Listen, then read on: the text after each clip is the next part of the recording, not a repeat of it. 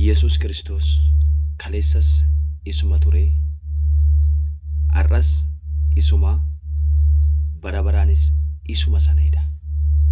Ameen.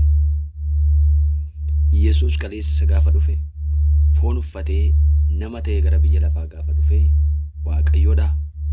Arras Waaqayyoodha. Bara baraanis Waaqayyoodha. Waaqayyummaa isaa eenyurraa mulquu hin danda'u.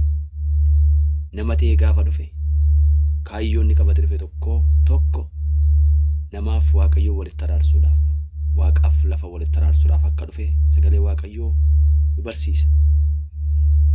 Kanaaf Yesus Kiristoos akkuma kaleessa dhaabbatee nuuf falmaa ture, akkuma kaleessa dhaabbatee du'a keenya dide, akkuma kaleessa dhaabbatee Waaqayyoo wajjin walitti nu araarse, har'as mirga abbaa nuuf dhaabbatee jira.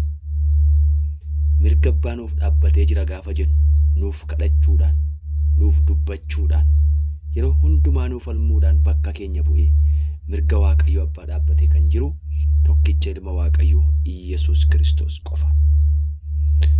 Har'a garuu namoonni baay'een bakka gooftaa Yesus Kiristoos kana buufattanii anaan kan naaf dhaabbatu Maariyaamii, anaaf kan naaf dhaabbatu abaluudha, anaaf kan dhaabbatu ergamoota kan jettan.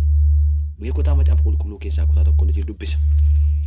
Sagalee Waaqayyoo tokkoffaa Xiimotewos 2:5 akkas jedha.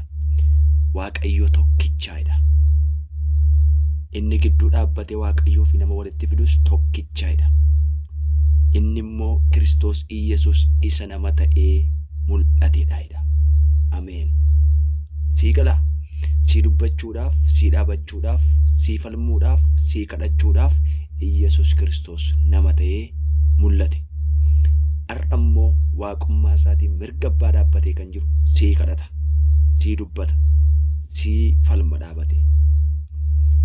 Sagalee Waaqayyoo kana gaafa dubbisnu nama kamiin bakka akka buufnu sagalee Waaqayyoo nuuf hin eeyyamu. Yesus Kiristoos kaleessas Waaqayyo, arras Waaqayyo, bara baraan Waaqayyoodha.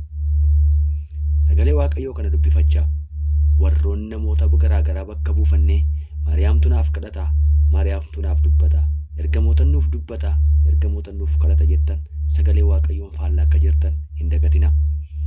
Ibroota 7:25 sagalee Waaqayyoo irraa akka dubbatutti inni yeroo hundumaa isaaniif kadhachuudhaafidha.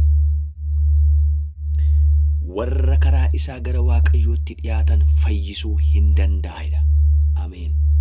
Kiristoositti amantee jirta yoo ta'e, Kiristoosiin fayyisaa lubbuu kee fudhattee jirta yoo ta'e, kan siif dhaabbatu nama biraan qabdu, kan siif dhaga'u nama